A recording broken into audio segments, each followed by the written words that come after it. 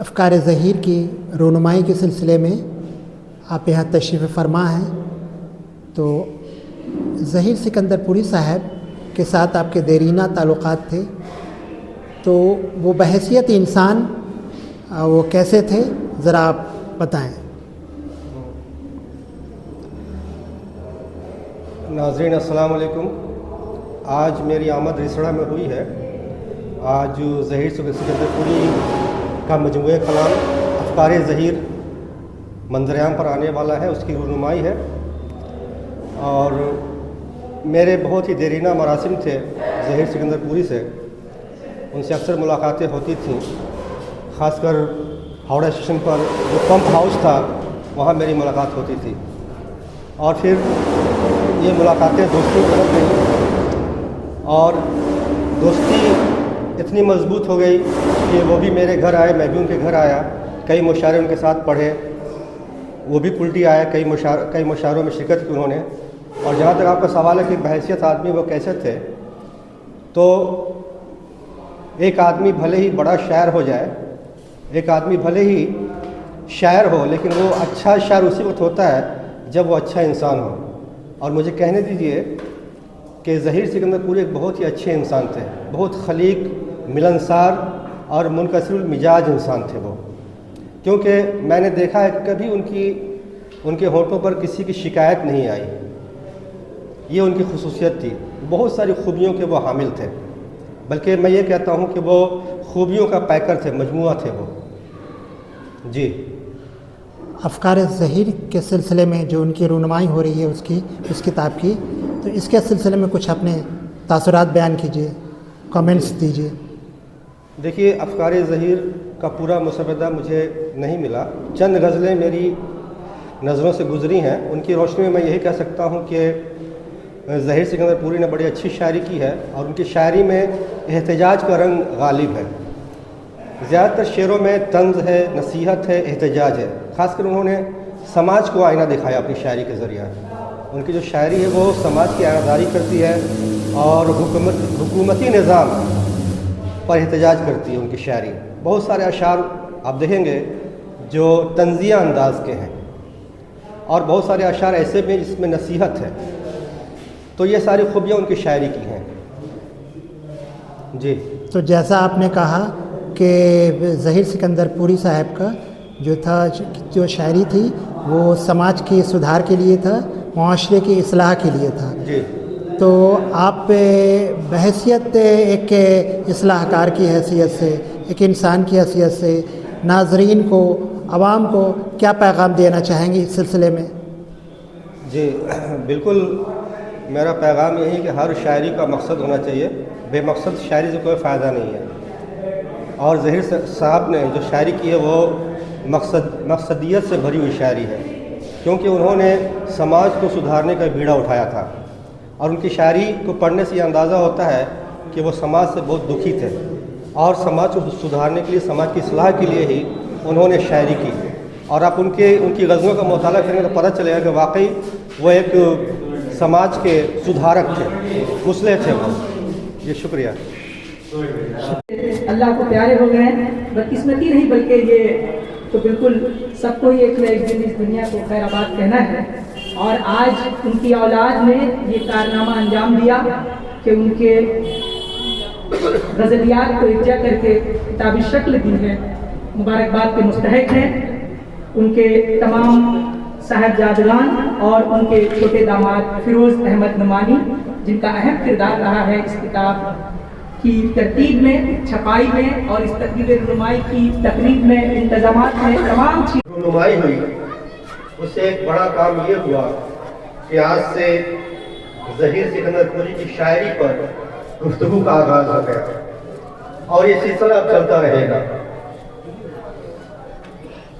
اور ان کی شاعری کے افہام و تفہیم کے دروازے کھلتے رہیں گے۔ ظہیر سکندر پوری جتنے اچھے شاعر تھے اتنے اچھے انسان بھی تھے، بہت ہی مخلص تھے، خلیق تھے، ملنسار تھے، اور ادب نوازوں کی عزت کرتے تھے۔ انہوں نے اس کا اجرا خود اپنے شعر میں کیا ہے، وہ کہتے ہیں کہ سب کی قدر کرتے سب کی قدر کرتے ہیں، ہو بڑا کہ ہو چھوٹا، ہم ادب نوازوں سے فاصلہ نہیں رکھتے. یہ ان کا ہی شعر ہے. ظہیر سکندر پوری کی شاعری میں آپ بیتی بھی ہے، جگ بیتی بھی ہے، ذات بھی ہے، کائنات بھی ہے. انہوں نے اپنی بات بھی کہی ہے اور ہماری بات بھی کہی ہے. لیکن جو چیز میں نے محسوس کی ان کی شاعری میں وہ ہے احتجاج کی آنچ. ان کی شاعری میں احتجاج کی آنچ کہیں مدھم ہے تو کہیں تیز ہے. اور انہوں نے احتجاج کیا ہے سماج پر، سماجی نظام پر، حکومتی نظام پر، تہذیب پر. دیکھیے انہوں نے کتنے اچھے اچھے اشعار کہے ہیں. حاکم زمانہ پر طنز کرتے وہ کہتے ہیں کہ ظلم کو دیکھ کر تیرے ظالم تجھ سے برہم جہاں نہ ہو جائے، اور ستم سے باز آ جا اب بھی ظالم کہ دنیا ظلم سے گھبرا گئی ہے. یہاں تک کہ انہوں نے نام نہاد نقادوں کو بھی آڑے ہاتھوں لیا ہے اور ان پر طنز کرتے ہوئے کہتے ہیں، شعر دیکھیں انہوں نے کیا کہا ہے کہ تنقید نگاروں کی صف میں ہے کھڑے وہ بھی، تنقید نگاروں کی صف میں ہے کھڑے وہ بھی جو علم نہیں رکھتے الفاظ و معانی کا، جو علم نہیں رکھتے الفاظ و معانی کا. اس کے علاوہ انہوں نے نمائش پسندوں پر بھی طنز کیا ہے. جو لوگ نمائشی زندگی گزارتے ہیں ان پر بھی طنز کرتے وہ کہتے ہیں، کتنا اچھا شعر انہوں نے کہا ہے کہ میں نے دیکھا ہے اسے کس حال میں مت پوچھئے، میں نے دیکھا ہے اسے کس حال میں مت پوچھئے، جانتے ہیں لوگ جس کو آئینہ کے نام سے، جانتے ہیں لوگ جس کو آئینہ کے نام سے. اور پھر نئی تہذیب پر بھی انہوں نے طنز کسا ہے. نئی تہذیب میں جو عریانیت ہے اس پر انہوں نے احتجاج کیا. اور دیکھیے دو اچھے اشعار انہوں نے کہے ہیں کہ تمام جسم سے عریانیت جھلکتی ہے، تمام جسم سے عریانیت جھلکتی ہے، کسی کے جسم پہ ایسا لباس رہتا ہے. اور پھر یہ شعر کہ شرم تھی باقی تو پتے سے چھپاتے تھے بدن، آج کی تہذیب نے ہم کو برہنہ کر دیا. ظہیر سکندر پوری کی شاعری میں روایت کی پاسداری تو ہے ہی، سیدھے سادے الفاظ میں انہوں نے شاعری کی، لیکن کہیں کہیں کچھ باتیں انہوں نے کنائے میں بھی کہی ہیں. دو شعر میں پیش کرتا ہوں، دیکھیں گے کہ ہمارے شہر کا سورج اداس رہتا ہے، ہمارے شہر کا سورج اداس رہتا ہے، اجالا اب تو اندھیرے کے پاس رہتا ہے. کتنا اچھا شعر ہے اور کتنی اچھی بات اس کے اندر چھپی ہوئی ہے، آپ سمجھ سکتے ہیں. ان کی زندگی سوچو کس طرح گزرتی ہے، وہ جو اپنے ہونٹوں پر کہا نہیں رکھتے، وہ جو اپنے ہونٹوں پر کہا نہیں رکھتے. یہ انسانی کیفیات کی بھرپور عکاسی اس شعر میں ہو رہی ہے. حضرات گرامی، جو اصل شاعر ہوتا ہے اس میں جمالیاتی احساس بھی ہوتا ہے. اگر کسی شاعر میں جمالیاتی احساس نہیں ہوگا تو شعر کہنے کا سلیقہ اس میں نہیں آئے گا. ظہیر صاحب نے بھی اچھے اچھے اشعار کہے ہیں، اور جب جمالیات کا ذکر ہوگا تو وہاں حسن کا بھی ذکر ہوگا اور وہاں عشق کا بھی ذکر ہوگا. دیکھیے چند اشعار میں پیش کر رہا ہوں.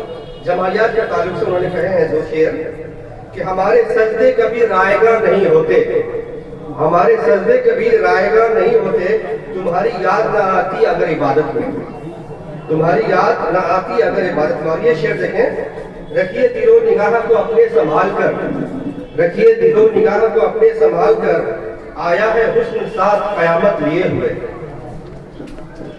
معزز سامعین، افکار ظہیر کے اجرا کے بعد ان کی شاعری سے لوگ آشنا ہوں گے اور جو ناقدین ہیں وہ بھی ان کی شاعری طرف متوجہ ہوں گے، کیونکہ ظہیر صاحب نے اپنے شعروں کو جگر کا خون پلایا ہے. اور جب شعر کی رگوں میں جگر کا خون دوڑے گا تو اس کا معیار بھی بہت بلند ہوگا. تو میں انہی کے ایک شعر کے ساتھ اپنی بات ختم کرتا ہوں کہ جگر کا خون شعروں کو پلا سکتے نہیں جب تک، جگر کا خون شعروں کو پلا سکتے نہیں جب تک تمہاری شاعری واللہ معیاری نہیں ہوگی، تمہاری شاعری واللہ معیاری نہیں ہوگی. انہی باتوں کے ساتھ میں اپنی تقریر ختم کرتا ہوں. بہت بہت شکریہ.